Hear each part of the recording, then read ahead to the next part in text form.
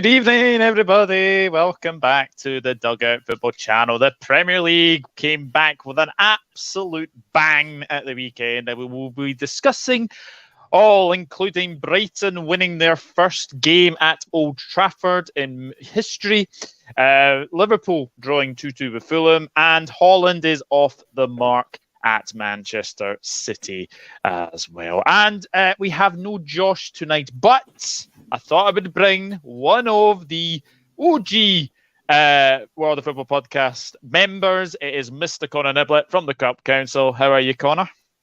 It's nice to be called an OG for once. And I can't wait for recent George's little depression segment later on, even though, to be fair, Liverpool were depressing on Saturday. But yeah, thanks for having us on. Not a problem. Absolute pleasure. And he made the 150-odd mile trip down the M4 right down to Mindabadiski Stadium and saw his team get beat. It is Mr. Nathan Morgan. How are you, Nathan? Yeah, good apart from that, Doug. I mean, when you get let down by one of the players who completely should have been sold in the summer with, well, the rest of the money grabbers that went, then it's just completely frustrating, isn't it? And it was terrible. I've been there 7 times and seen us win twice. Absolute rubbish. It's going to be even worse tomorrow. I'll leave that till later. Thanks for having me on. Let's discuss the Premier League. My pleasure. We've got the man who likes to cause as much chaos as possible, Mr. Reese Russell. How are you, Reese? I'm good. I'm just waiting on my receipts.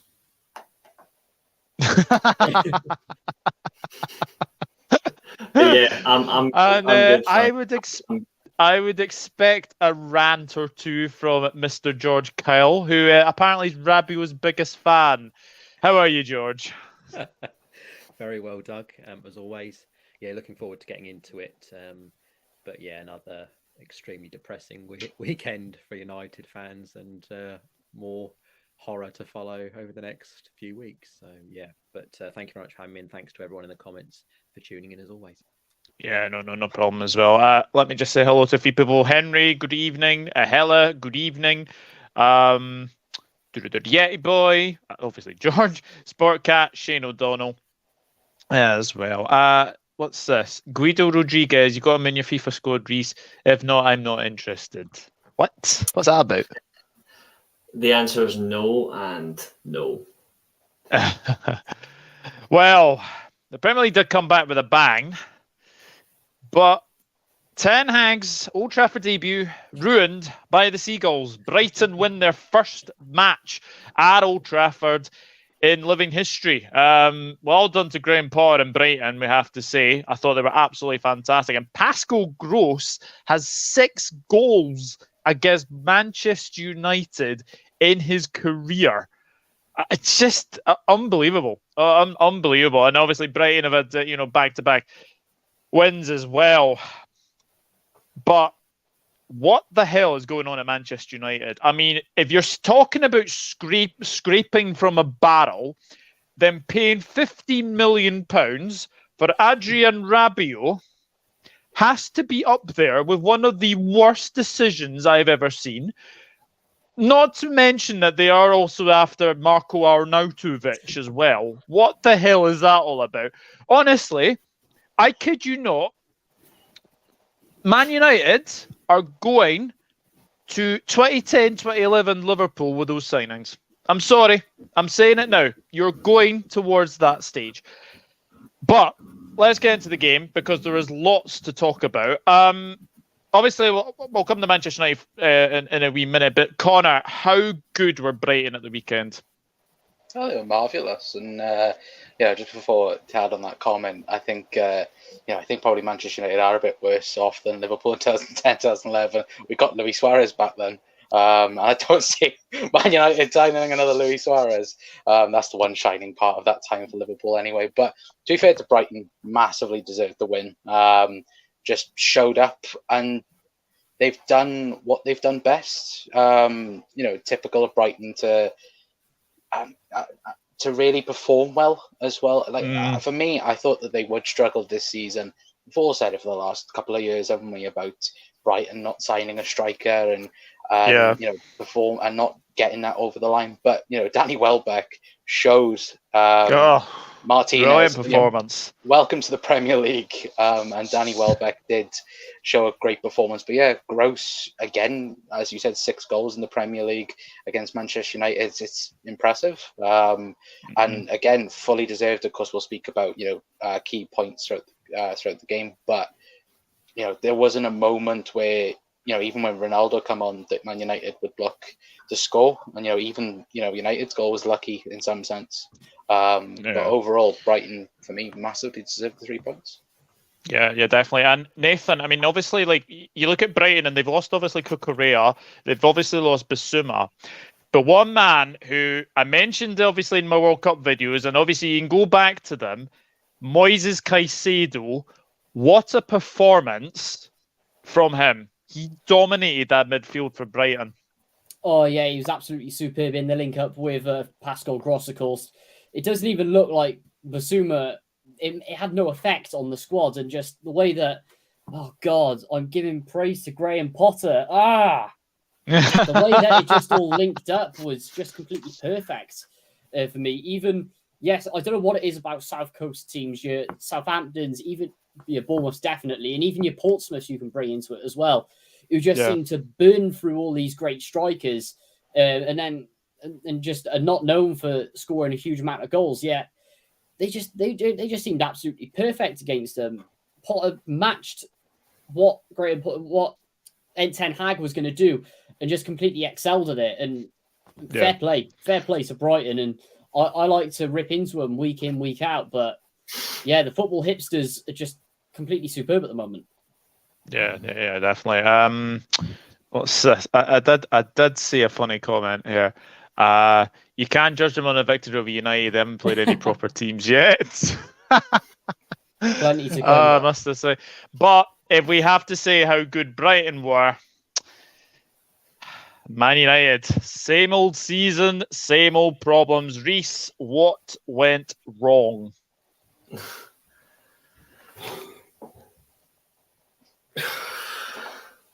We don't have enough time, put it that way.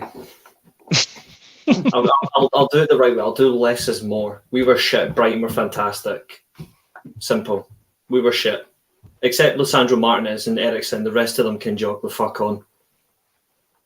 Wow.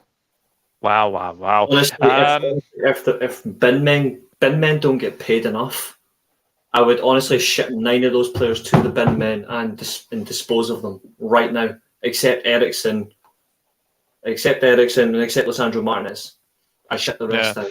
I wouldn't be so upset with the loss if it weren't for the transfer shite coming out at the moment. Embarrassing, yes. We will definitely speak about that. So happy the Seagulls showed on Man Utd was so good, and hiring useless Fs in key positions within the infrastructure. Yeah. George, this is the time for you to rant, my friend. What went wrong on Sunday? Yeah, I mean, Reece really summed it up. So many things went wrong. I could bore on all night. Pretty much, it's difficult really to criticise any individuals because, as I said, I could criticise each individual for at least 5 minutes because all of them were so terribly shit. I've seen compilation videos of every single touch of quite a few of the United players, and it is quite terrifying that every single touch that some of those players made was shit. Literally, you'd think one of them would have made like a decent touch or a decent bit of movement or a decent pass, but every single one was terrible. Obviously, let's just go from back to front, actually. Well, I'm just going to get into it. So, from back to front, David De Gea, terrible distribution. I mean, I've said that for so long with him. His positional sense is absolutely crap as well.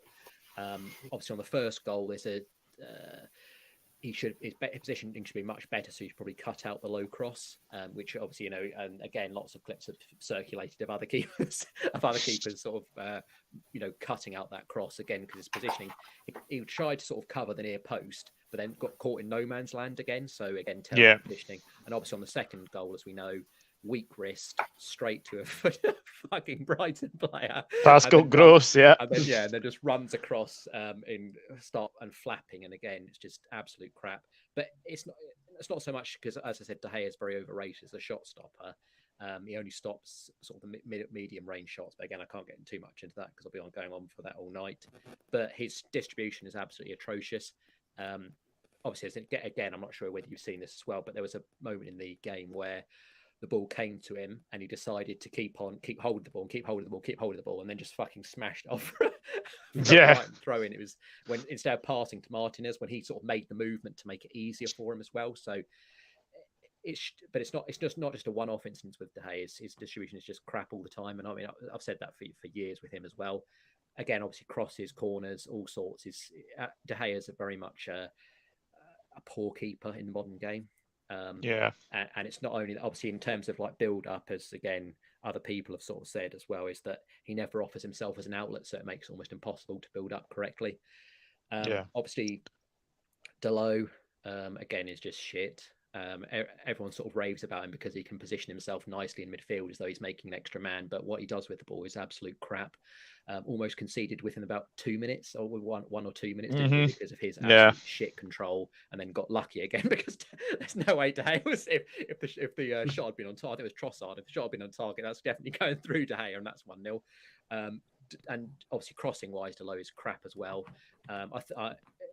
Rashford got a bit of, again, I'll get onto Rashford at some point as well, but he got slightly a bit of unfair stick for the half chances he had, because Delot's crosses were so shit that they were just driven crosses. They were just hit and hope, and there was almost no chance of any. Even if you'd had like a good player on the end of them, they probably wouldn't have scored because they were such shit crosses. No consideration whatsoever for Rashford or whoever's on the end of it. Just drives the cross mindlessly, and he does that all the time. He just refuses to cross. He's absolute crap. It was like trying to win the gold medal in 100-meter sprint against Usain Bolt, but instead of racing Usain Bolt, you're racing a broken down Tyson Gay. And you just don't get anything out of it. You still get beat. Like, that's how bad Dalot's crossing is. Yeah. Obviously Shaw just useless. Utterly useless. Yeah. Again, obviously on that first goal especially, again, it's just typical Shaw sort of scrambling back and getting near absolutely no one again. And obviously on the second goal as well, it was so obvious that he was going to turn inside, and yet Shaw was somehow able to block the fucking shot, and it's just crap from him. Obviously Maguire, again, I'll sort of brought this up in the group chat as well, but there was one instance, it's just obviously for the viewers, there was one incident which you can go back on where Brighton kicked the ball really softly and slowly up in the air, and the ball comes towards him where Maguire's about to head it, and there's literally no Brighton player coming towards him, and he decides to just mindlessly header it back into, instead of just controlling it and stuff like that. So Maguire, again, terrible. Obviously, I agree with Reece. I think Martinez, other than obviously the incident where he was just, I think that was probably lack of 100% a penalty though. And frustration. Yeah, it was a penalty. Yeah, I will come to those right now. How on earth has Scott McTominay got away with this challenge? How is that not a red card? I mean, Connor, how is that not a red? I can tell you the reason, but Connor won't like it. Why? if you don't think that's a red. No, I know the reason. Scott McTominay in training must be watching videos of James Milner. And he's got some sort of like voodoo magic where he's pretended to be James Milner, who can be quite of a dick in a challenge. And he's like, if I can do the Milner, I won't get sent off. Because I've got my collar up, I'm clever. If you think McTominay is anywhere near James Milner's level, you are gravely mistaken. That's not what I'm saying. That's not what I'm saying. I'm saying he must be watching him in training because he does mad challenges on the field. He's thinking, if I can do the Milner challenge, I'll never get sent off. And because I've got my collar up, I think I'm the modern day Eric Cantona. He's an absolute clown. Fucking McTominay. Yeah. Nathan, how's that not a red card? As everyone knows on this podcast and anyone who's watched it for the last 2 years, I go by one principle. Studs up equals red card. What do we have here? Studs clearly up, over the ankle, red card. He is very lucky, Caicedo. You know, I think if his leg is planted down into the ground, I think that's a leg breaker. I think that's an absolutely shocking tackle. And they even said on Ref Watch this morning that it was definitely he was lucky to get away with a red. We'll come to the other decision. How is this not a penalty? I can also tell you I don't know. Because even I was like, shit, it's a penalty. I don't know how that wasn't given. I think the simple answer is Paul Tierney. I think that's the simple answer. I thought he had a dreadful game, but then you could probably argue if a penalty's given there, does Martinez get another yellow, or is he going away from goal? That's the thing. But yeah, but no, I thought Brighton on the whole were fantastic. But George, you made a very interesting point actually that 8 out of the 11 shouldn't have played at the weekend. Yeah. I mean, it's the thing is obviously Erik Ten Hag has to get used to which players he can trust and which ones he can't. But for me, obviously, De Gea I don't rate at all, and that's slightly controversial because obviously I still think the majority of United fans do rate De Gea, and that's primarily I think because of the loyal service and miracles sometimes that he's performed in the past. So I would have played Heaton. Obviously, this is just using the 8 players that were on the bench. I'd rather play Wan-Bissaka than Dalot. The main reason for that is that obviously Wan-Bissaka is better defensively than Dalot. I think both offer next to nothing offensively, as we saw again. Like I said, Dalot just spams crosses mindlessly. So there's absolutely no point to him. Obviously, Malacia, the new signing, give him a chance because Shaw's had 8 seasons or so and has been shit for 7 of them. Obviously, Maguire, crap for years. Play Varane. Obviously, in the pivot, Donny and Garner rather than McTominay and Fred, who I didn't go on to. Again, I won't because again it will take up too much time. But they're both utter shit, and there's not a nice word I can say about either of them. Bruno, I would have got rid of as well. Again, he was another one who got very lucky that McTominay and Fred had such poor games because when I watched every single touch he had, every single one was horrifying. So he would have been dropped as well, and I'd put Eriksen in the 10.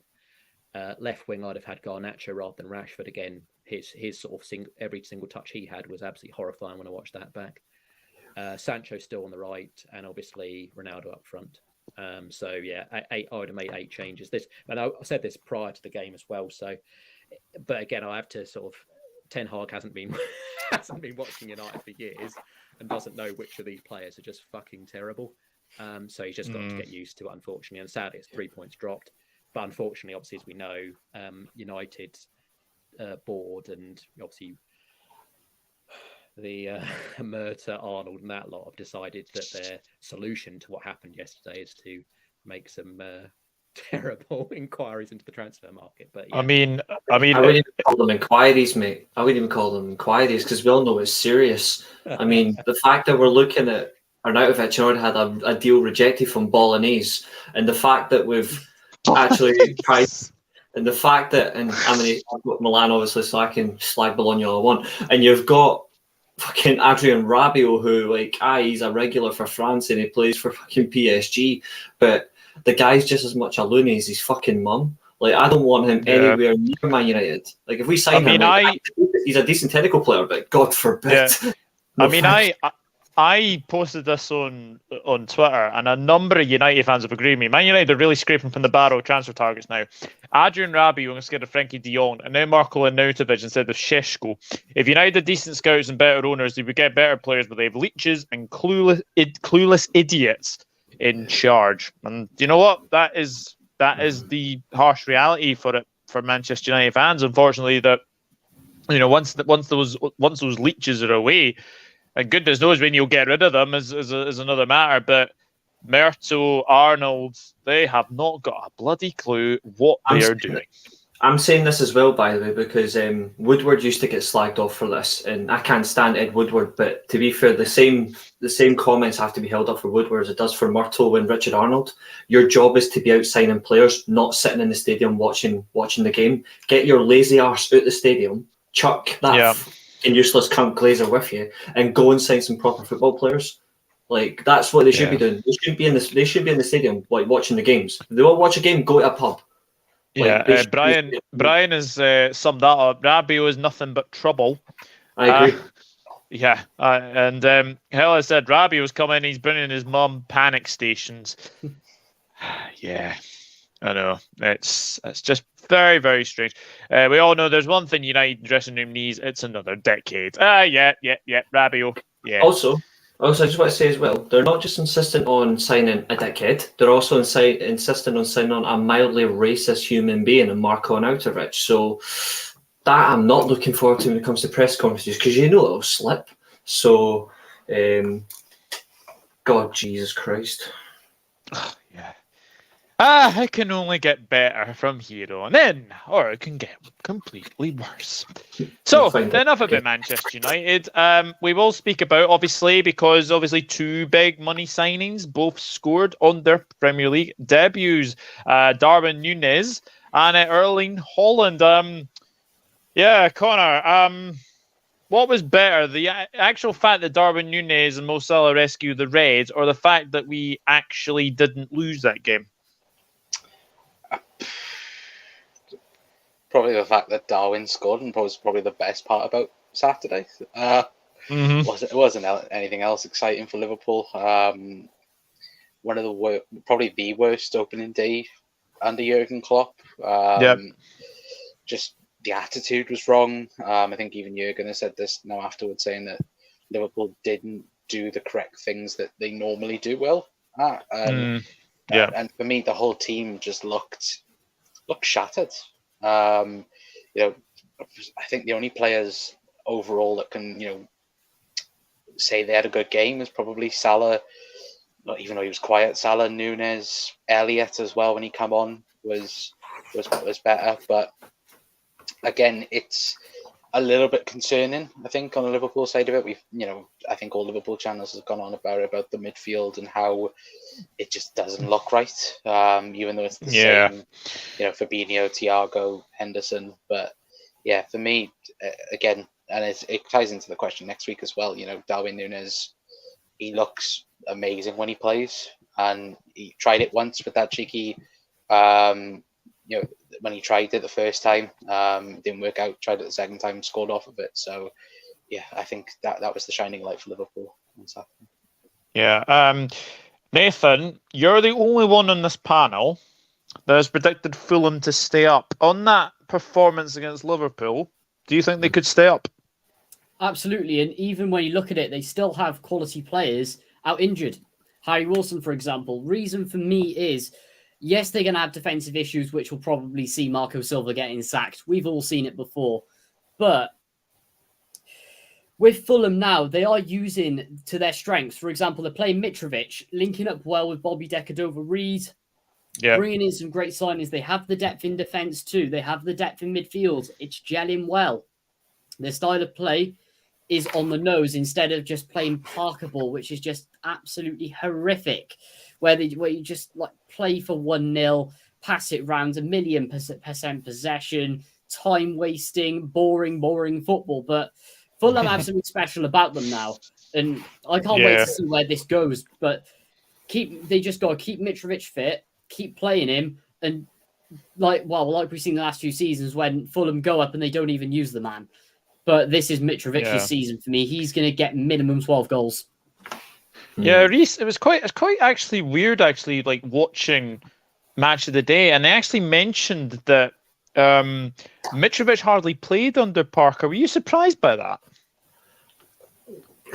I'm not sure if it's surprise or just expectation. I mean, no disrespect to Mitrovic, I've said it before, but the guy is well, to put it in the nicest way possible, the guy's like the Pele of the Championship when it comes to scoring goals, right? The guy just hits numbers on numbers, and some of them are fabricated like Pele's entire career, but he still delivers, right?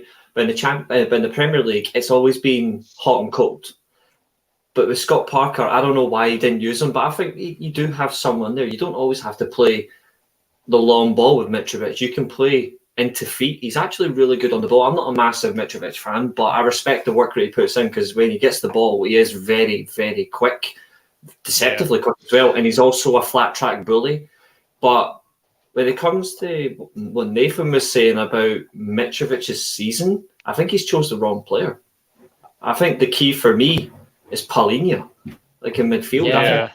I think Paulinho is the key, because it's not just about having a solid midfielder. It's a midfielder that's got European experience, and it's a player that's won the league with Sporting, and it's somebody that understands big game feel. I think The only thing is he's never been in a dogfight in terms of relegation battle, but he's been in a dogfight against very top teams where he has to go under pressure, and I think that's why he's the key for me, not Mitrovic. But Silva's he's my only concern. But I would like Fulham to stay up, but they're in the stripper category until they avoid this season. I must say as well, I can't believe I'm saying this, but I thought Andres Pereira actually played really well for Fulham. I thought he was very, very good. I was impressed. George, Erling Haaland has arrived.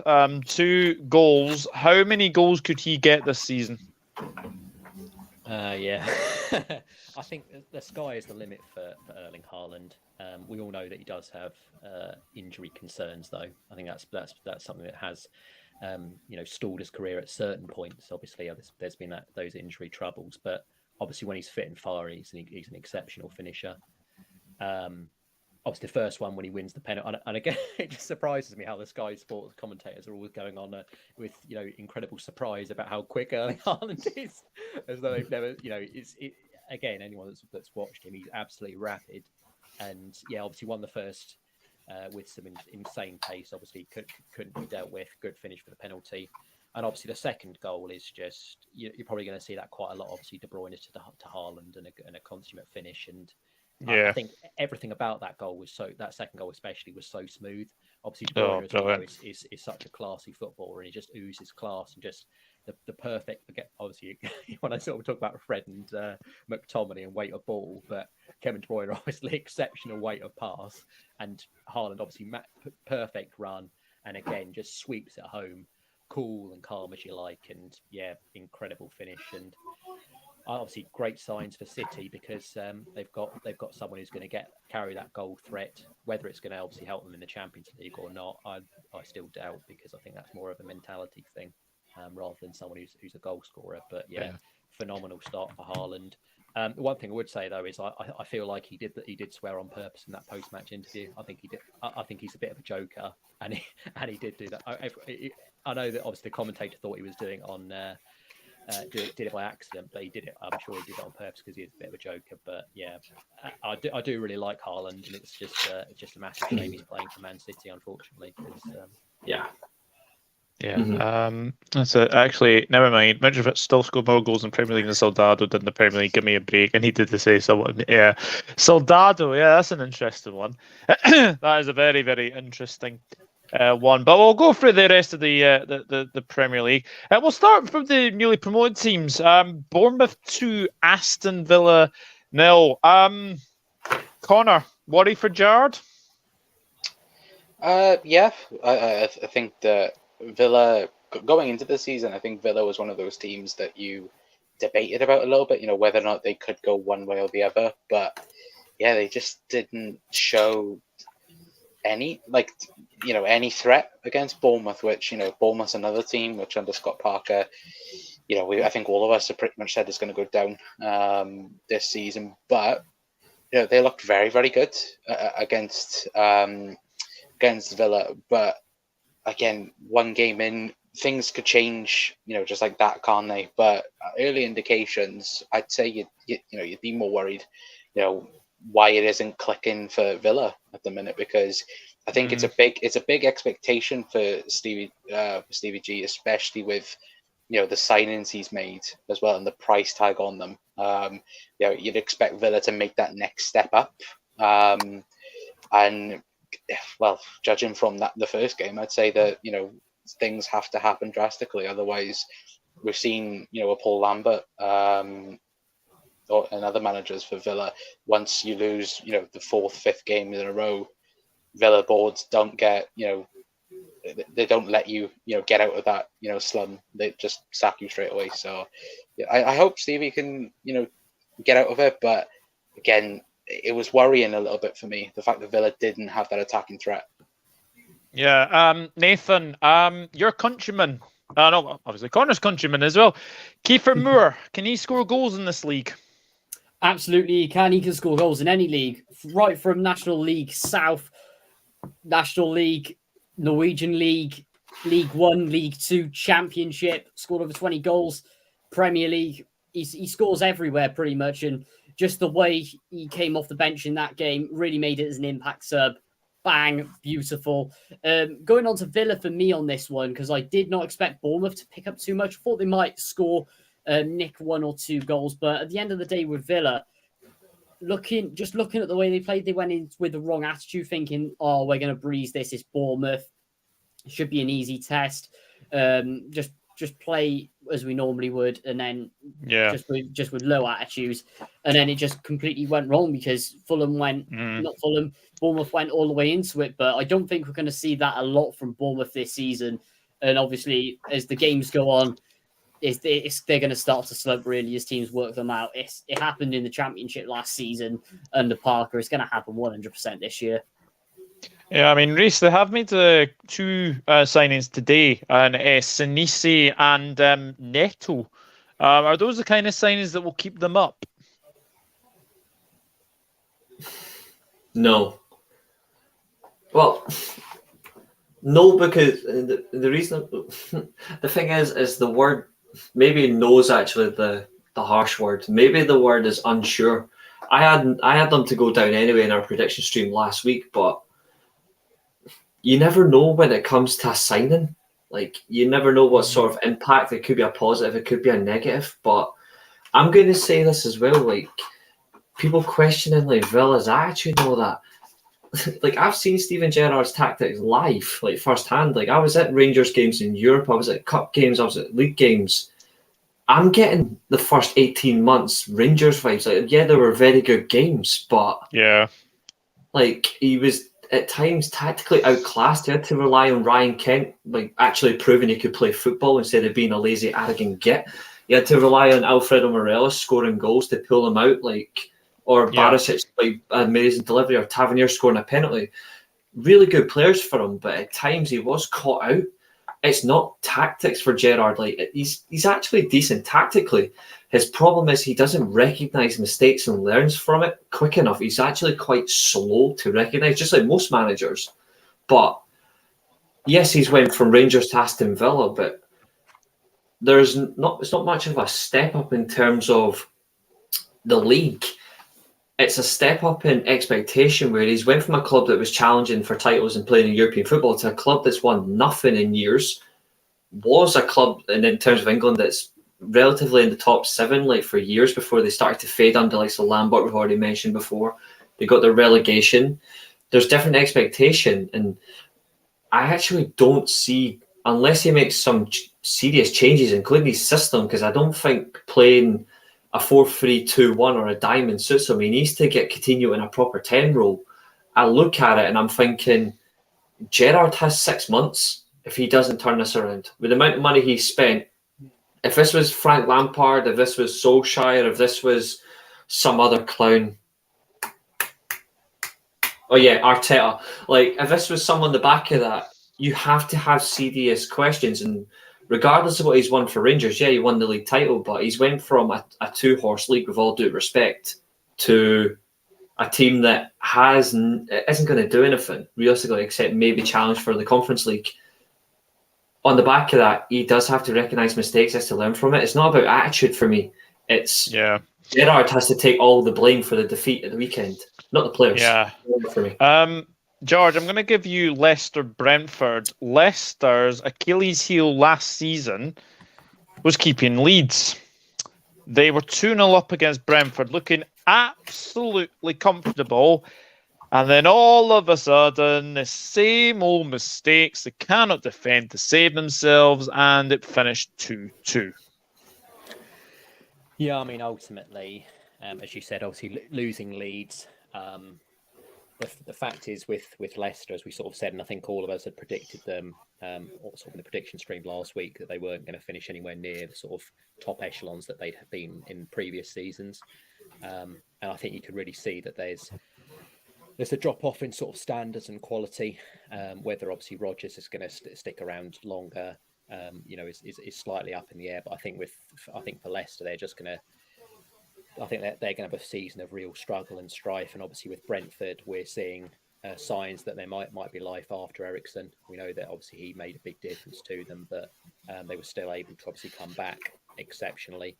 And again, obviously that man, especially Ivan Toney, I keep on harping on about it, but it's so important for teams to have a proven goal scorer in their ranks in terms of where they're going to finish in the Premier League. And he again was in the right place at the right time and could even have scored more. So Leicester sort of relatively lucky as well when Brentford were coming back. But yeah, creditable for them, obviously. Good fight and good spirit shown by Brentford.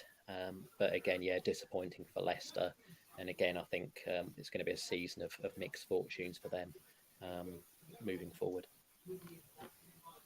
Yeah, definitely. I think as well, Connor, that a lot of people have actually said potentially Brendan Rodgers could be the first manager to go this season, and on that performance, I mean, looked absolutely comfortable. Like two fantastic goals from Castagna and Kieran Dewsbury Hall.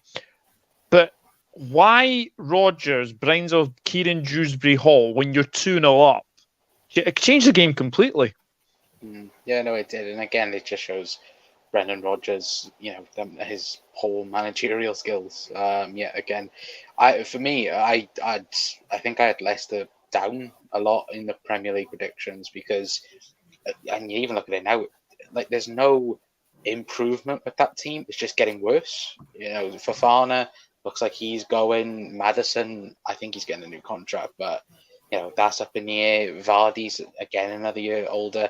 Is Daka and Iheanacho good for Leicester? No, I don't think so. They're good in like key moments, but if you're relying on them two for an entirety of the season, then that's not good neither.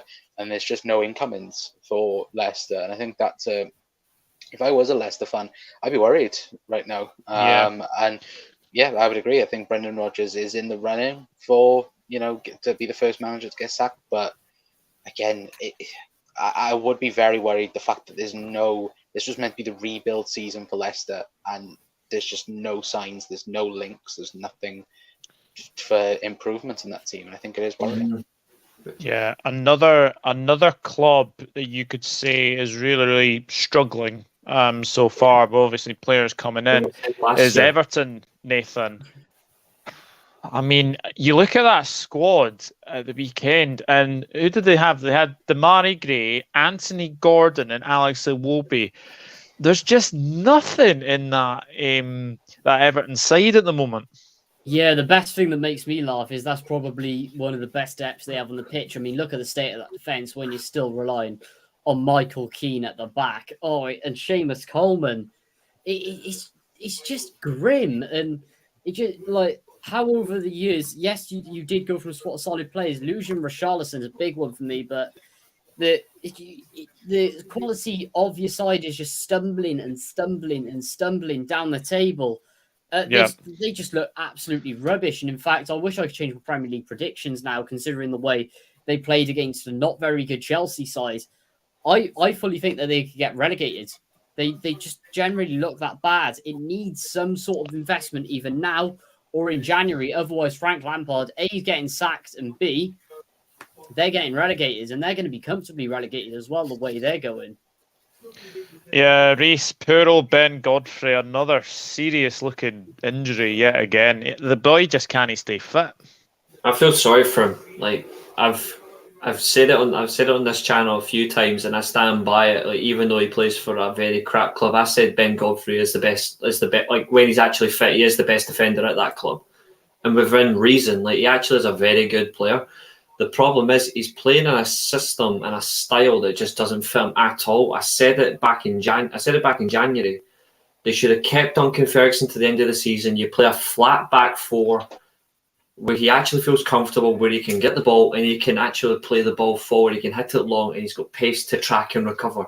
It's what he's good at.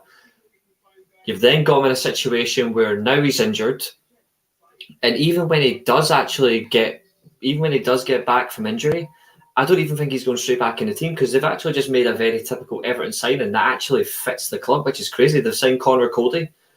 Like that may not make sense, but Connor Cody, if you actually put your head on it and you actually think like a football fan and not like a complete absolute nightmare for a change, if you actually think like a proper football fan, you actually think logically, Connor Cody is actually an Everton type player. It actually fits the club in general, they're really good with old-fashioned English centre-backs. And he actually, and it does make sense. I think it's a great move, but in terms of Godfrey, I really do feel sorry for him. Like, I do wish him a speedy recovery. It was a horrible injury, very unfortunate circumstance. And I don't think Everton are going to get relegated. I did say last week I think they will survive. Like, I think there'd be quite a shock by them, but they do need to make changes. Lampard, I don't see him lasting at all. Like, I don't know. I don't think he's going to last, but I do think one thing that should stick with them, though, I do think they should stick with a 3-4-3. I do think Patterson, he's better as a wing-back than as a full-back. I think Mikalenko is actually more effective as a wing-back than a full-back. It makes more sense for me for them to play a 3-4-3, and they really do need to get Haaland into that midfield. I don't know if he's injured or whatever, but they miss someone of his tenacity, and they miss someone who can actually get them goals. I don't think Calvert-Lewin's going to do enough for them. No, he's out for 68 weeks, I think, as well, knee injury. Yeah, that's another thing. I don't know what they've got going for them, really. But Lampard isn't the answer. You know, I wouldn't be surprised, though. Like Andrew's mentioned, the chat, like Gordon works his ass off. Anthony Gordon's fantastic for them. I think he's a brilliant young player. There's one manager right now that, frankly, they could turn to, but I think he might go to Leicester if they decide to sack the heartless one. Like Brendan Rodgers is the heartless one, like his heart's out of it. I wouldn't be surprised if Lampard or Brendan Rodgers get booted for Maurizio Pochettino. I actually would not be surprised. And I actually think for a club like Leicester or a club like Everton, where, yes, he's had the big money at PSG, but he's worked smartly with money at Southampton, he's worked smartly with Spurs. I'm not a massive Pochettino fan, but I will give him credit where credit's due. I actually think he would work really well at either of those clubs, and he would get a lot out of the young talent. If I was Everton or Leicester, I would boot one of them and get him in right now. I would. Yeah. George, I was quite shocked to learn that Chelsea's combined defence age is 115. I feel old already. Well, you could kind of see it though when obviously when the ball was pumped over the top and Thiago Silva was waving at Mendy to come out, and Mendy was like, "No, I'm not coming out."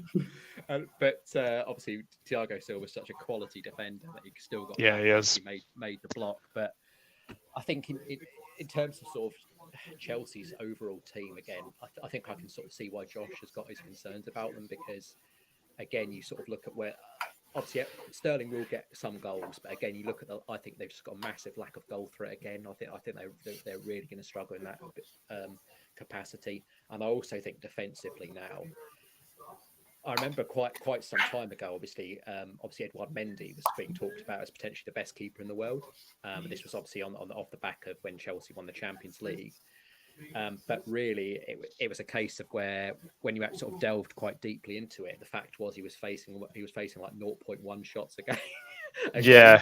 So it was more the fact that the defence was so good initially when Tuchel came in that he wasn't, there was no opportunity for Mendy to make a mistake or anything like that. But again, against Everton, he was just lucky. Obviously, the lads have already discussed how shit Everton really are, but he was quite lucky he was playing against Everton again, because Mendy was all over the shop again. Some terrible errors, and he was very, very lucky. That obviously that Chelsea were able to keep a clean sheet, which, as I said, is more to do with the fact that Everton are absolute crap than the fact that Chelsea are really that good. But yeah, it's I still think that fourth spot, I think Chelsea, although I still think, obviously I predicted Chelsea to get it, I think that is very much up for grabs. I think any team that really puts together a good run will... Is that confirmed now? That's for the... Yeah. Listen, you'll actually be surprised how much that value actually is. It's like less than 30 million. Wow. It's terrible. So they made a big loss on him then.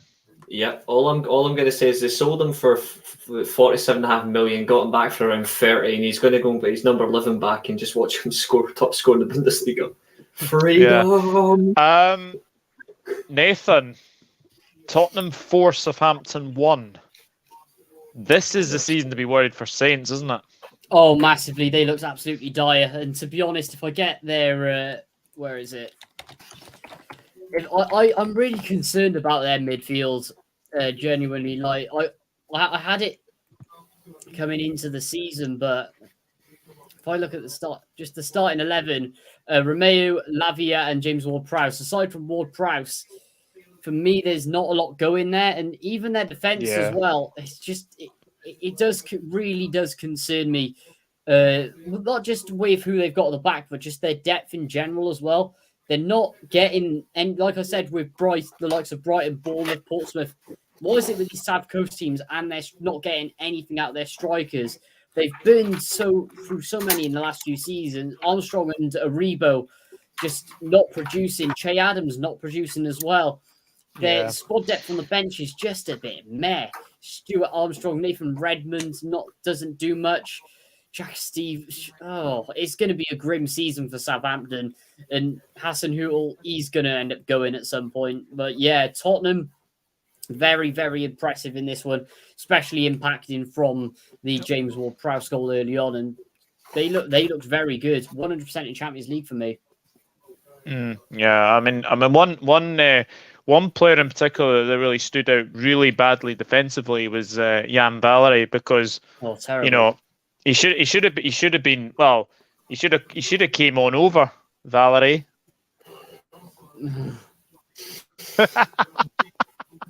Goodness sake! Oh, I knew that was coming. Relax, Amy Winehouse. I'm sorry, that was bad. But yeah, Reece, Tottenham. I have to say, Reece, the Tottenham, especially Kulusevski. How impressed have you been? I love Kulusevski. Honestly, I had him on my team of the season. That's just how much I absolutely like this guy. Like, he's a phenomenal winger. He's got an amazing work rate, but he's also got a brilliant technical touch. Like, he's got a very quick working brain. Like, that guy is a masterpiece. Like, I absolutely adore watching Kulusevski. And there's another thing as well that I really like is the way he's adapted so quickly to the Premier League. Like, he adapted so quickly and he's just continued to head on. And that's really important for him going forward. And I was just listening to you guys talk about Southampton as well. I was looking up the net worth of their owner. I know people comment on net worth, but the actual worth of their owner. And I said it last season, Hassan Hootel will walk at the end of this one because he won't get the money. Their owners are wealthy, by the way. They're actually one of the richest clubs. Not the richest, but they are actually one of the richest clubs. They're actually in the top 50 of richest clubs, Southampton. And that's not a joke. Like, that's a serious fact. Like, that's how worthy they are. But on the flip side, back to Tottenham, Kulusevski was a standout. I thought Romero again, brilliant in hard defence. Like, the man doesn't stop. Hugo Lloris, one of his best games as a Spurs goalkeeper. Sessegnon as well. Sessegnon was outstanding. I'm actually very surprised he's actually staying in the team. There is one. I only have one nitpick with Conte's selection. Is I would have played DJ Spence at right wing back. I think he's a far more better player. I would have played Spence at wing back. But all in all, doesn't really matter. 4-1 win. They blitz Southampton. It's classic Conte. It's not the 3-4-3 that Chelsea uses, where it's all the ball retention and ball possession. It's 3-4-3 with turnovers, possession in a short abundance, but just blitzing you in the counter-attack, impressing you with pace. Like, it was a typical Conte result, and I wasn't really goal. surprised. What? I wasn't really surprised. Ismaila Sarr has just scored from the halfway line for Watford. Yeah, just where he swings it, doesn't he, and then just kills it straight over. Spotted David Button off his line, and he's basically gone for it, and he chipped it from about 50 yards out, and he's inside his own half. It's magnificent strike. What's the name of the goalkeeper that he's just chipped? David Button. Yeah, I think I need to get my shirt replaced. But on the back of that, but on the flip side, though, I was really impressed with Tottenham, and I wasn't surprised by the result. I'm not surprised. I only have one little nitpick, really, and that was I would have played Spence at right wing back. But other than that, classic Tottenham performance under Conte, and it was a classic Conte performance, and deserved winners, and they sit top of the league at the minute for a reason. If you're a Spurs fan, you'll probably be asking the FA to end the season right now so you can win a trophy for the first time in 13 years. Yeah. George, Arsenal. Were they good or were Palace bad? I think Arsenal were good, but I think Palace were also. I think potentially for Palace, we saw what their flaw is again, which is lack of Goal scorer. cutting edge. Yeah. Again, I tried to say it in a different way because I can get accused of saying the same thing over and over again about these teams. But yeah, they haven't got anyone who could score a goal. They had some really good opportunities when Palace pushed. When obviously they were 1-0 down, they had some really brilliant, superb opportunities and just couldn't find the net. Equally, I think from Arsenal's point of view, although they obviously got the 2 goals, I think they again are potentially going to suffer from the same sort of thing of that lack of cutting edge. Because again, I think with Jesus, I think he's a player that's very intelligent, but is almost. He strikes me almost as though he's quite unselfish, and sometimes in order to be a truly phenomenal goal scorer and really put up the numbers, you do need to score. He's almost a bit like Werner in some ways. He's obviously a very intelligent player who sort of runs the channels and is selfless to a T. But then you do need someone who can finish and get these goals and stuff. Yeah. I think again, there were some really golden opportunities for Arsenal to extend it. And obviously Martinelli as well. Christ knows how he missed that opportunity he had as well. That was absolutely shocking because again, I have a real I think what people show a problem with certain players is when they have lots of time.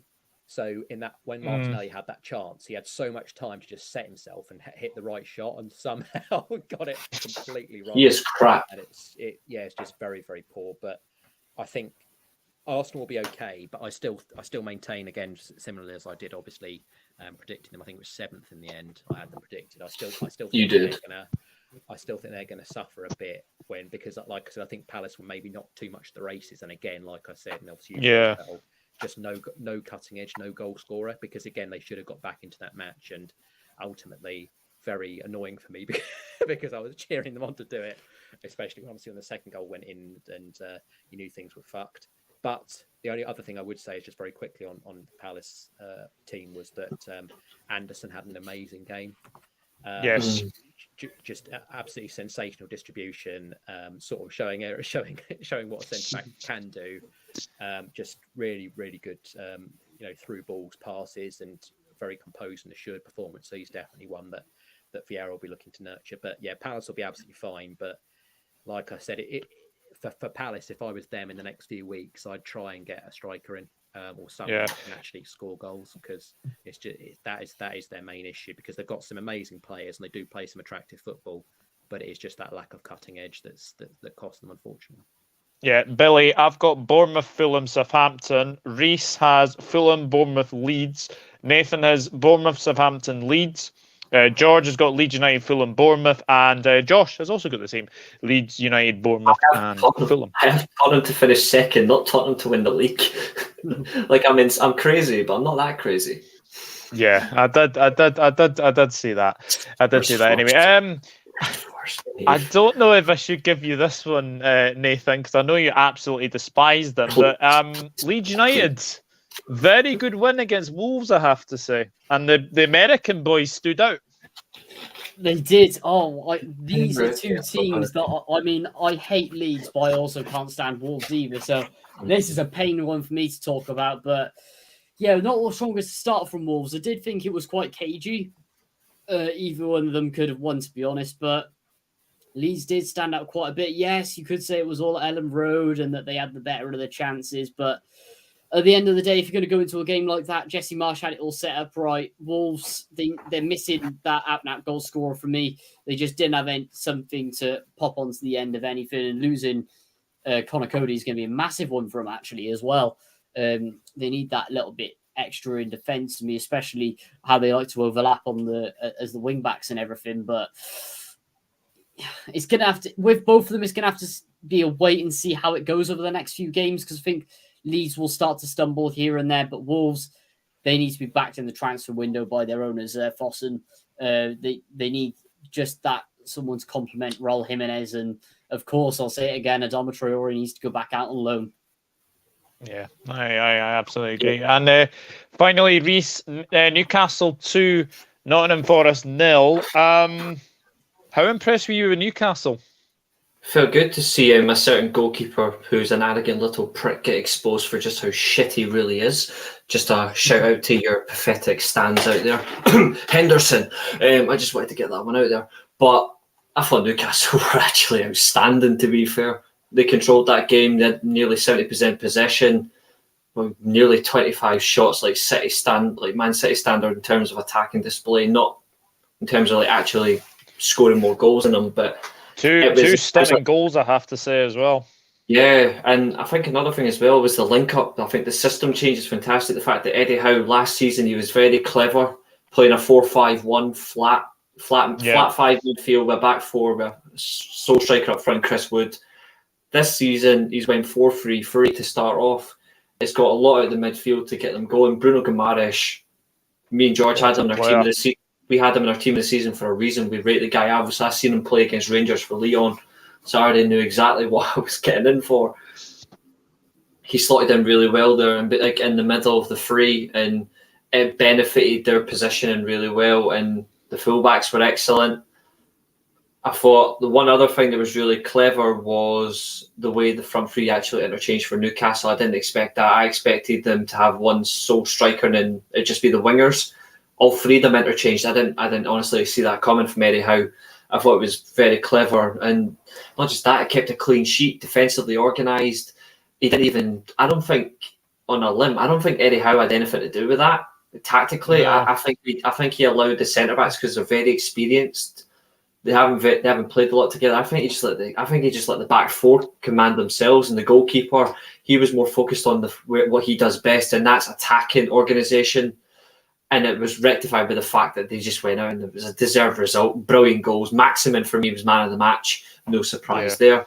But overall, brilliant performance by Newcastle. I hate praising them, but I've got to give them praise for how well they played, contrary to their opposition, who were dire. Yeah, they were. They were terrible. They were terrible. But welcome back to the Premier League after obviously 23 years away. So that's obviously the Premier League roundup. Yeah, Nathan. I mean, let's go to the Championship.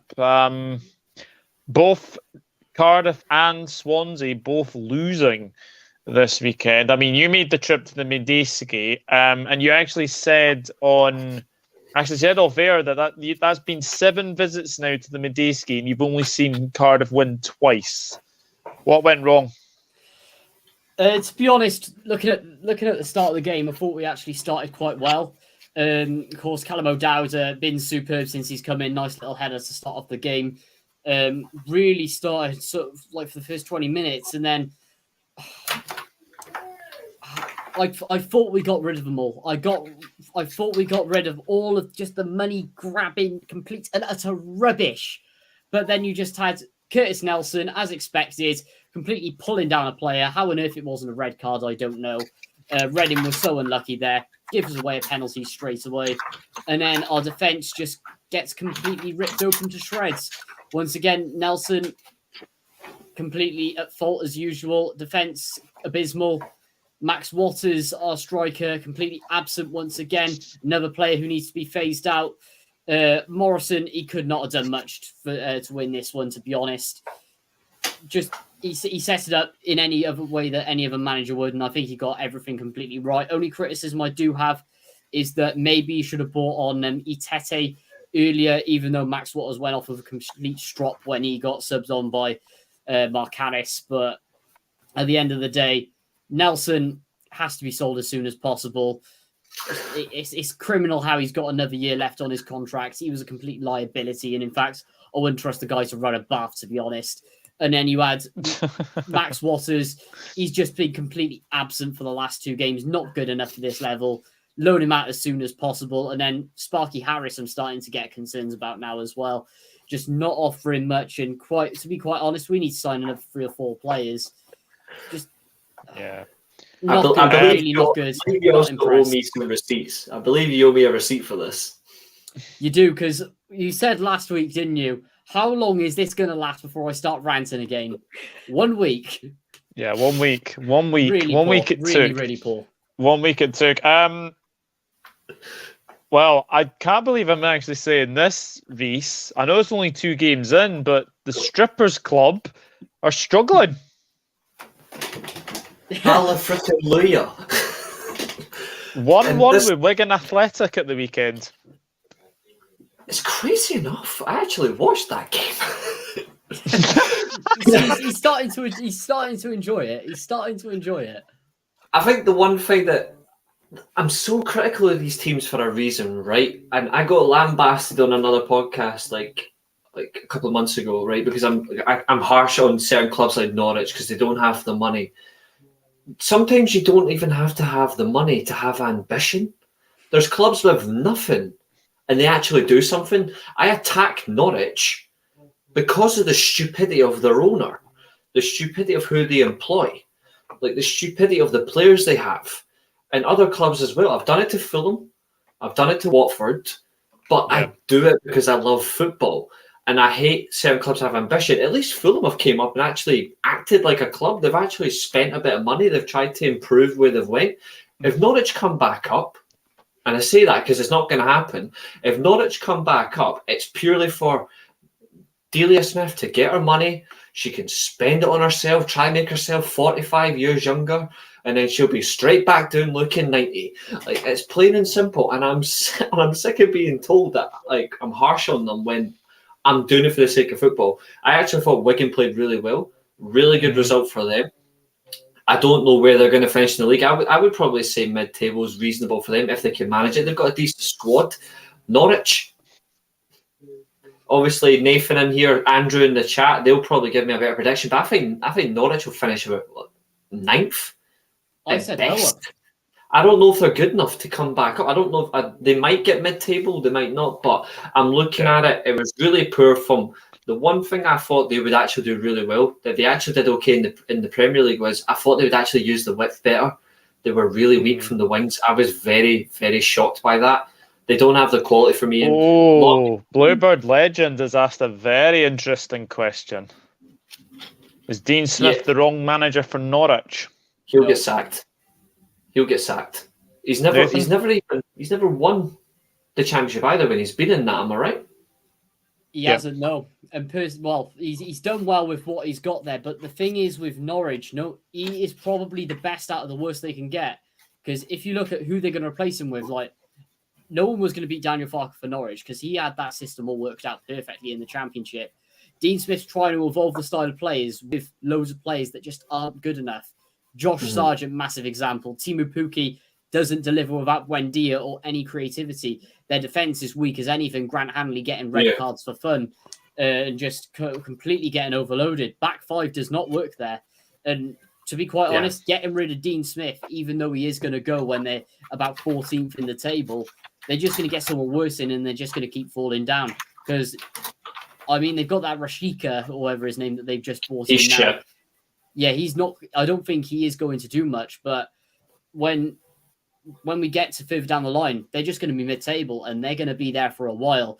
A massive rebuild is needed at Norwich.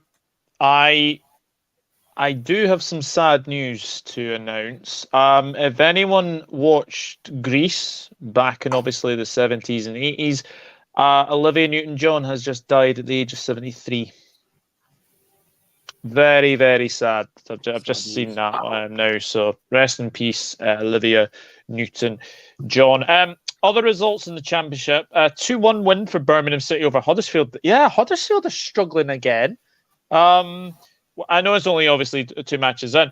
An absolutely fantastic game at Ashton Gate as Sunderland won by 3-2 against Bristol City. The Loch Ness Drogba.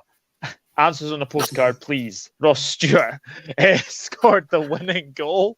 Burnley 1, Luton 1. So that's an interesting result. There was a 0-0 draw between Preston and Hull. 3-2 win for QPR against Middlesbrough. Obviously, Reading beat Cardiff by 2-1. Sheffield United beat Millwall by 2-0. Stoke beat Blackpool by 2-0. That's a shock, that is. That is a shock, yeah. Blackburn beat Swansea City by 3-0. And obviously, Watford are beating West Brom. But, George, Coventry City against Rotherham postponed due to the fact that there was, I think, Rugby Sevens games. This is where I have to say, I will just call it now. I don't like ground sharing for that reason only. That's why we booted out the Cardiff Blues. Yeah, I think, as you said, that's obviously a nightmare scheduling issue that really shouldn't be, you shouldn't have taken place. So, yeah, as you said, they need to make sure that they've definitely sorted that out. But just very quickly, what I would say is for everyone that's watching is go and check out Nathan's vlog. Because I very much did enjoy that again this evening, especially as he was shouting. Because obviously when Cardiff were chasing the game, he was just shouting "cross." It was obviously like they were like all Cardiff were doing, just spamming these crosses in, and the Reading keeper was just collecting. It was almost like the ball had a magnet, and the Reading keeper was collecting them. And so he was like, "Don't cross," and they still crossing. And then a while passed, and you could just tell, obviously, that's the unfortunate thing, isn't it? When desperation sort of sinks in, and then you're like, cross. But it was very, very very funny. But well worth watching if anyone wants to check that out as well. So just thought I'd mention that at that juncture.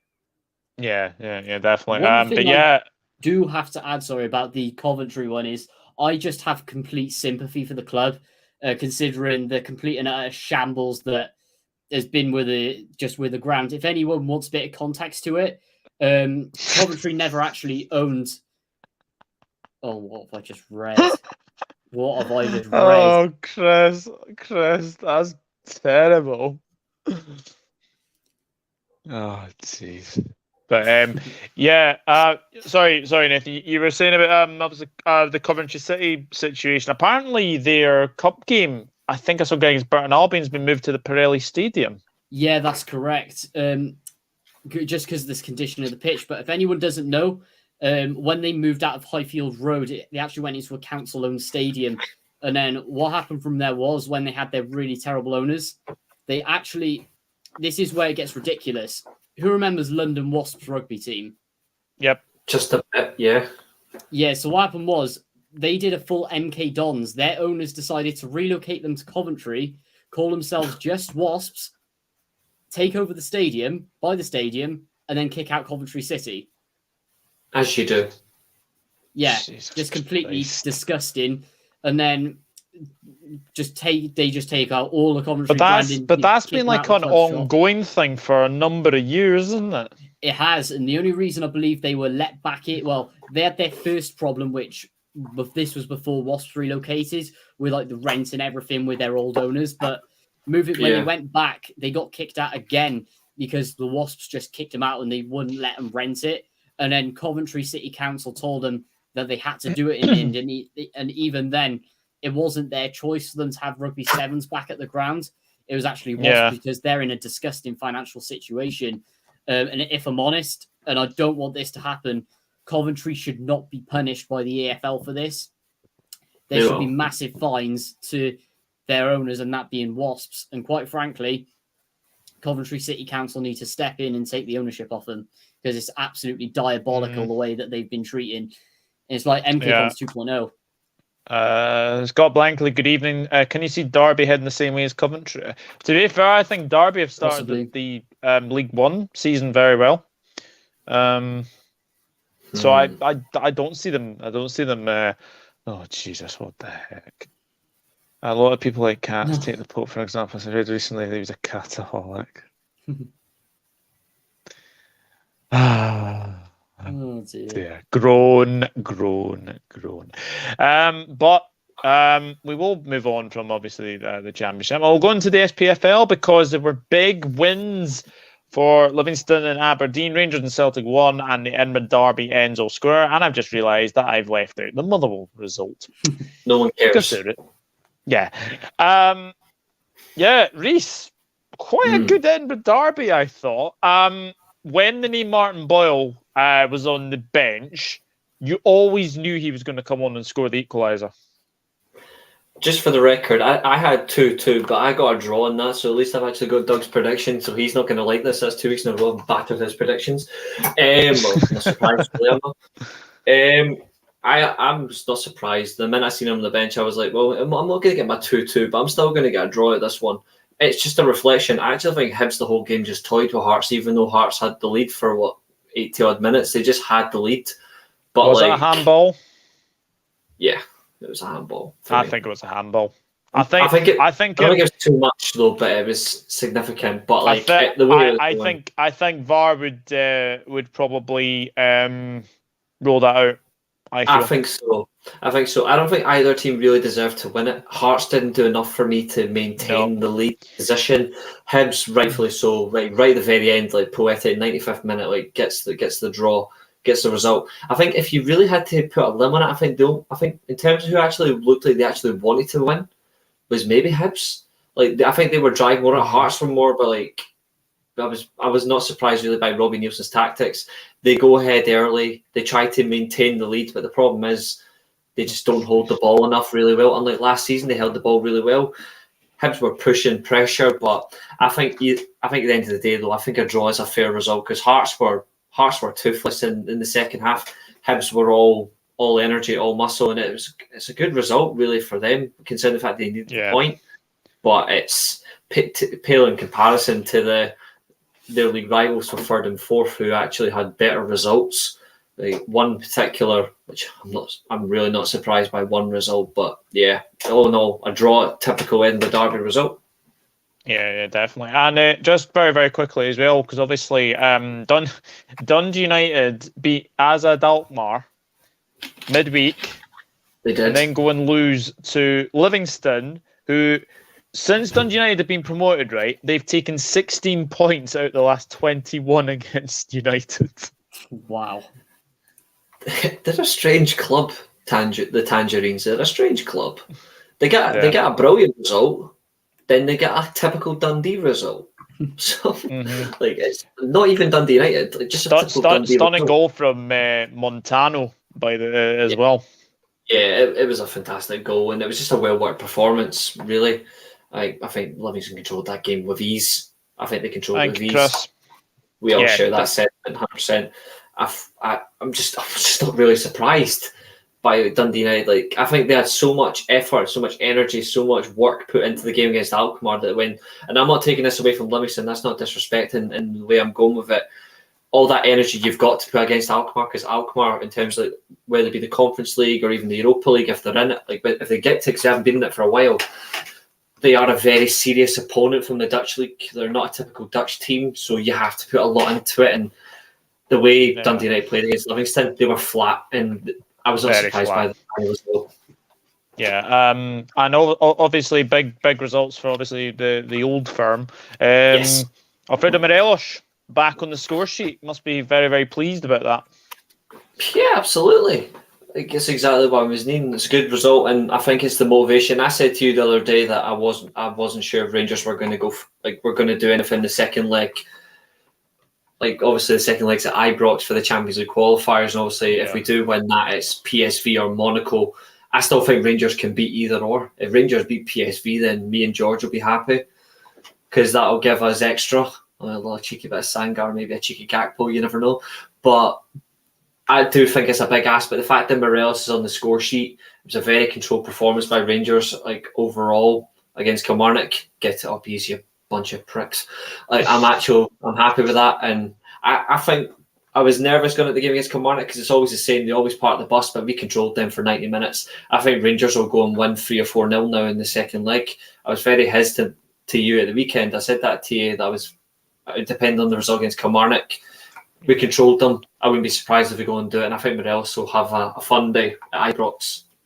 Yeah, and obviously good win for Celtic. I think there's not much to be said about that. But St Mirren, I think people are now looking to why they look like they could be favourites to go down this season. Yeah, exactly what we had. Exactly what me and you had. We had them going down, and it's going to happen. They're finishing bottom of the league. Yeah, and St Johnstone beating Motherwell as well. 2 goals in the 90th minute.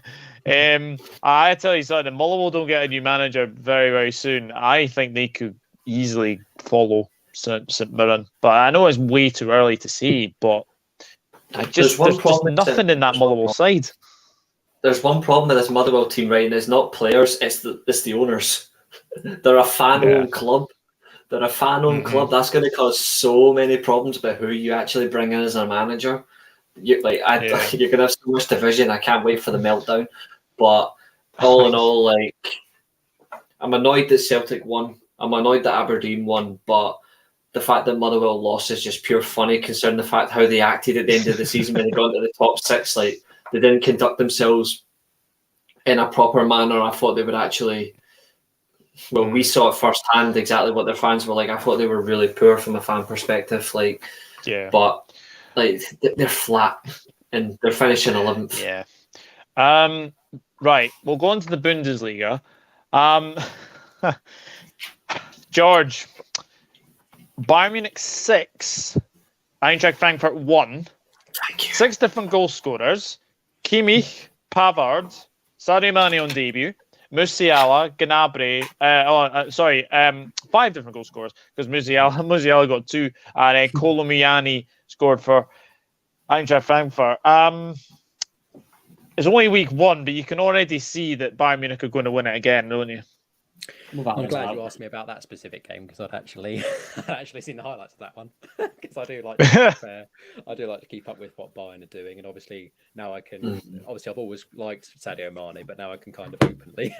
We can finally be free, my friend. We can be free. Obviously, first goal, splendid by Kimmich. Obviously, saw even with obviously I know the sort of smoke and things might have helped. Obviously in terms of the visibility, but it was such an inch perfect shot that it was just, it's one of those things, a bit like obviously it's exceptionally difficult obviously when the ball goes in like that for a keeper to deal with it no matter what. So it was just unerring accuracy. Obviously, as you said, Pavard getting the second. He was a player again that it seems like it was only a couple of weeks or so ago that United were linked to him potentially as a potential right back signing, but that disappeared. As God knows what after today's revelations, God knows what right back we're going after now, whichever has been. But and obviously then, as you said, Sadio Mane. I think for him it's a very different challenge for him because I feel like with the best will in the world, I feel like in the German league he's going to get a lot of goals and he's going to find it a lot easier than in the Premier League. I think he's almost. It felt to me a lot of the time when he because he was very much involved in that Bayern performance. It felt to me like he was almost bewildered at how easy it actually was, like how much time he was actually getting on the ball compared to normal, and it was almost like again playing against kids. It was just massively different levels, which again was shocking to see. But obviously Musiala, again, a phenomenal talent that Bayern hoovered up and will probably turn into a world. Already he's almost on the path really to become a world beater within the next few years as well. So yeah, that was a good acquisition by them.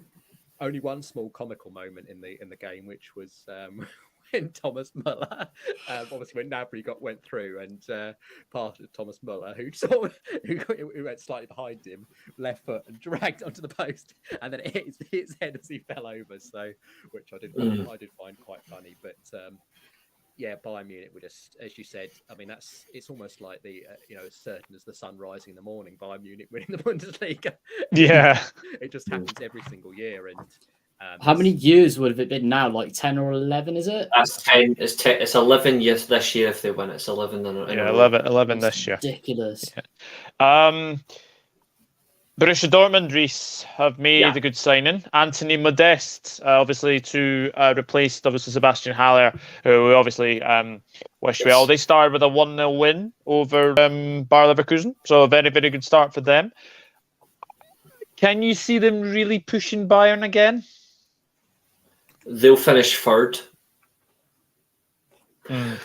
Just saying that. But I think they will. Very smart signings there. I still say like this Schlotterbeck, Schula, brilliant there. Whether it be a back four, which they played at the weekend, obviously, or they will eventually play a back three. You've got Hummel still there in a smart situation. You've got Adeyemi, Adi King as I call him, because he's an absolute phenomenal player.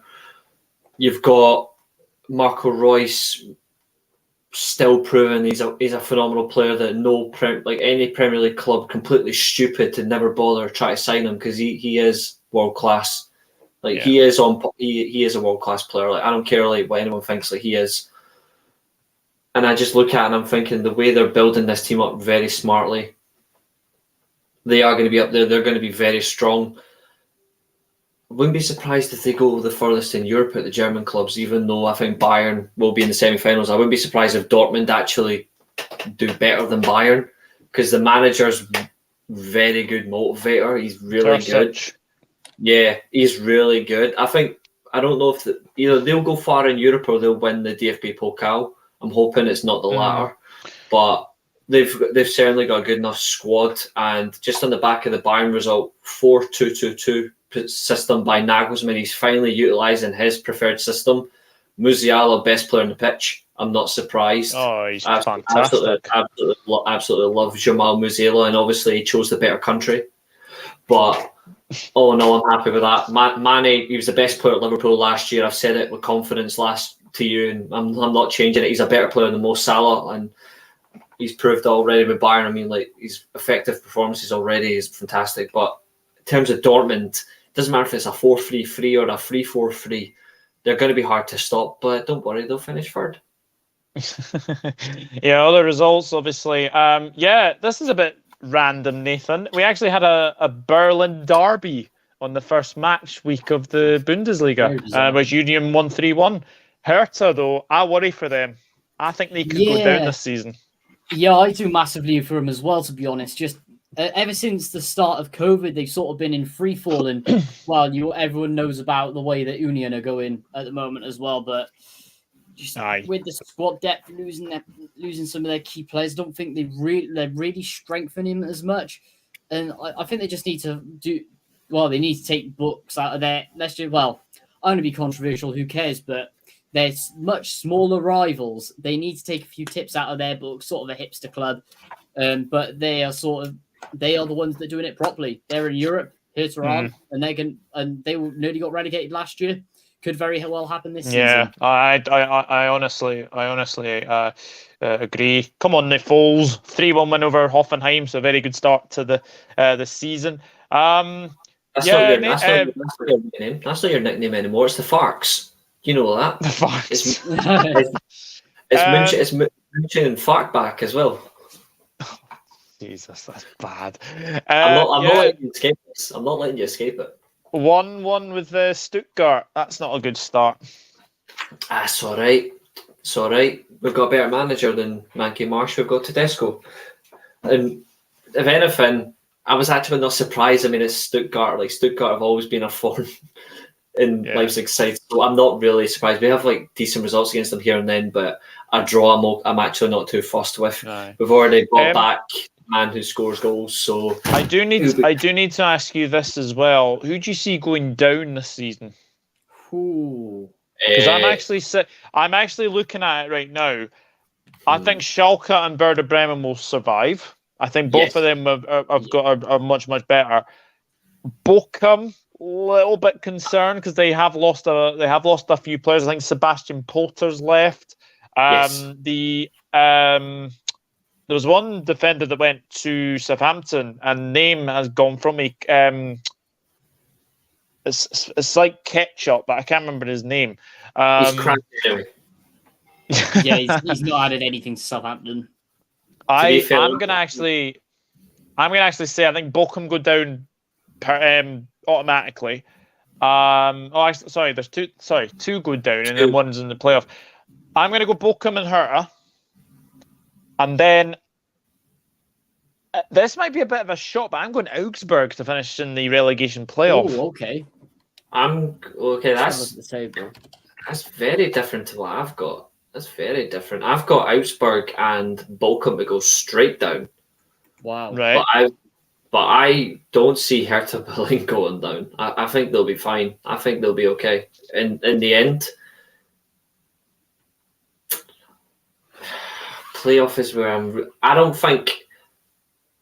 I actually think it'll just be two of the Bundesliga clubs. I think whoever finishes in the playoff spot will actually be fine, unless it's Hanover that has some magic. But I think the Bundesliga playoff position will be secured by the Bundesliga club. I don't think there's going to be 3 relegation from Bundesliga. I'm going 2. I'm going Bochum and Augsburg. Augsburg don't interest me. I'm going Augsburg and Bochum as well, but I think Bochum will finish bottom, just as Reece says. I think Hertha. Oh, actually, no. Hertha have got the second biggest budget in the Bundesliga as well. True. That's why I'm going to say 16th for them staying up. Yeah. They got a bigger budget than Dortmund. They've got the second biggest budget in the Bundesliga. Yeah, it goes Bayern, Hertha, Dortmund. It goes in order. It goes Bayern, Hertha, Dortmund, Leverkusen, then Leipzig. Right. Yeah. Wow.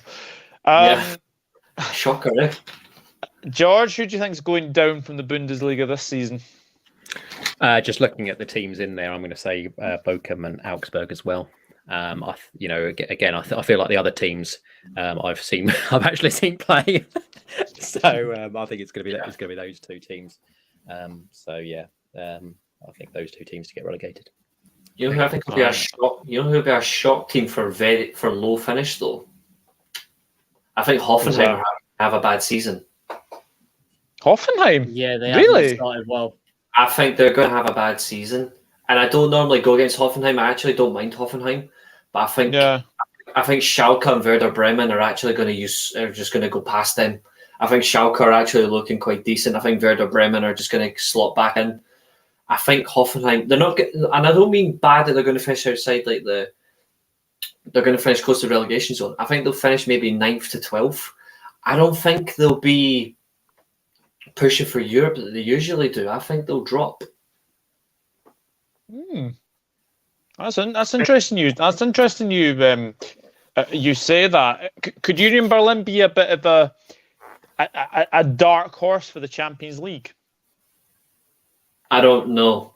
I mean, they had a very good season last year, but I tell you who won't be, and that's Frankfurt. I think Frankfurt, after they finish bottom of the Champions League group, I think Frankfurt's season's going to end. Because I think did you see the goal?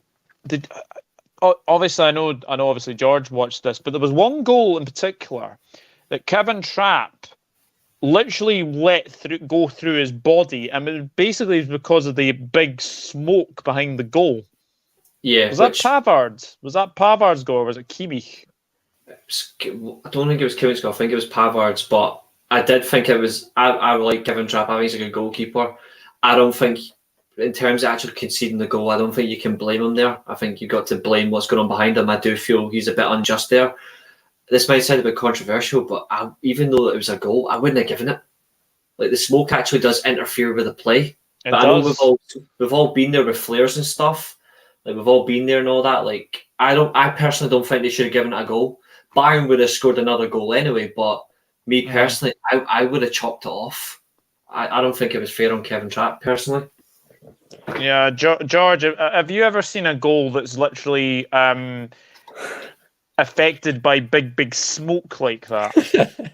I haven't. No, I mean it's quite interesting, isn't it? You always get these like freak occurrences that don't tend to happen. That only sort of happen once in a lifetime, and then you know, it's a bit like as well. I'm surprised that I don't think we'd ever talked about this, but obviously with that Danny Olmo, I think it was when he left the ball on the line. Oh, that was genius! Yeah, that was absolute genius. I was literally applauding, like the fact he took the number 7 and he acted like a number 7, like an old. That was genius, absolute genius. And he won a free kick for it as well. That was the best part. He did. He did as well. But yeah, I have never ever seen a goal that's been affected by big smoke like that. No, me neither. And I've been in stadiums filled out completely by smoke, especially in European games. But I stand by it. I know a lot of people may disagree with me, but I know it's Bayern, but I would not have given that as a goal. I wouldn't have. I think it's very unjust on Trapp and Frankfurt. Yeah, I think so too. Nathan, have you ever been to a game where like a goal's been scored and it's been affected by like big smoke? Never been affected by smoke, but I've been in a lot of away ends and even now home ends where you have flares going off left, right, and centre. It's a big part of away days, even though the Championship is massively clamping down on it now for some reason. But never affected by it, to be honest. The only time we've obviously seen The only time I've seen things like affected by game is our fans just throwing stuff on the pitch. And that's about it, really. That's all you get from Cardiff. Billy says shithousery at its best by Olmo. Yeah, absolutely. I would 100% agree with that. It was brilliant, absolutely brilliant indeed. But yeah, another fantastic week of football. We've obviously we are at 9 o'clock now as well. So I think this might be a good time to obviously finish it. Obviously, Josh couldn't join us this evening, but hopefully he'll obviously catch this up. Anyway, I was at that game when Royal Carroll saved that. Oh, saved it, aye. It was about 500 miles over the line. But enough for that about that. But no, thank you very much to my panel. Obviously, thank you to Connor from the Cup Council. I think he had to go earlier, but obviously a big thank you to him for coming on as well. Nathan, thank you very much for coming on. Just obviously tell where the people can find you, and obviously check out Nathan's vlog as well. Yeah, really appreciate that. There's been 2 absolute pelters on the channel recently. That Norwich one to stand out, but obviously if you want to see us rant, basically a carbon copy of last season, check out the one from Reading. As for this week, we're playing Portsmouth tomorrow. I haven't even sold 1,000 tickets for that yet. Oh, that's going to be an interesting one. And then this Saturday, we're playing Birmingham City. That's always a lively game, as everyone knows. Let's hope for another 3 points there. So my channel link in the description below. No problemo. Reese, thank you very much. Have you got anything coming up in your channel? I'm surprised nobody's noticed yet. Radio's Mother's Agents. I just wanted to put that in there. That's brilliant. Not a lot, really. Not a lot. I'm just having a quiet week. I'm only on here in the weekly armchair at the weekend. I might do. You piped in, you punk. Other than that, I might just be on my channel for a little bit, like just doing short clips. Like I'm going to bring a few different games. I'm going to do a little bit of mix things up a little bit. Might bring folk on, you never know. Because I've got StreamYard access for myself, obviously. Yeah. I might just do some random stuff with like party stuff, game on the channel, with yourselves. I know Nathan has. I know I've got Nathan PlayStation. I've got Doug as well. He doesn't. But we'll get him there eventually. But I also want to say, in full applause to my Wi-Fi, my laptop, that's 2 streams in a row. I done a stream yesterday and a stream today. I've not had a single issue with Wi-Fi. Something's very strange is going on. Don't jinx it. The last thing you want to do is jinx it. Completely don't jinx it. Absolutely. But obviously, thanks very much for having me on, Doug. You can find me here at Twitter, Devils Rising on YouTube and Twitter. And also, my Twitch is back next week, so we'll do it from Monday's show onwards, where I bring the Twitch back properly. And I've actually had followers when I'm not even been streaming. I haven't streamed on it for 3 months, and I'm getting followers. So thank you, humans. Oh, well, there you go. And George, thank you very much as always. If you're not watching a Bundesliga match, or if you're not having a rant, where can people find you? Yeah, thanks very much for having me, Doug, as always, and thank you to everyone in the comments and obviously in the chat and all the people that watch it back as well. But yeah, I'm obviously myself and Josh trying to get a few sort of streams going on his channel, but again, obviously it's slightly difficult, obviously, with his work schedule. But again, obviously, you can always find me on Monday nights with these guys, obviously on this podcast. And yeah, and obviously sometimes I might maybe doing a few call-ins to Rich's show, obviously Rich Sports. So awesome. Yeah, it'll be obviously very, very good. But yeah, fantastic show as always. And yeah, it's a bit of a relief really from the horrors that that Man United offer every single week. But yeah, thanks for having me as always. My pleasure. And just the last comment from Billy. Wi-Fi is done well today, Reese. Well done on paying the bills. I think we'll leave it there. Thank you to everyone who's watched this evening. It has been a fantastic podcast as always. And yeah, enjoy your weekends. It should be a fabulous another fantastic weekend of Premier League football. But until then, it is goodbye from the 4 of us, and we will see you very soon. Take care. Bye bye.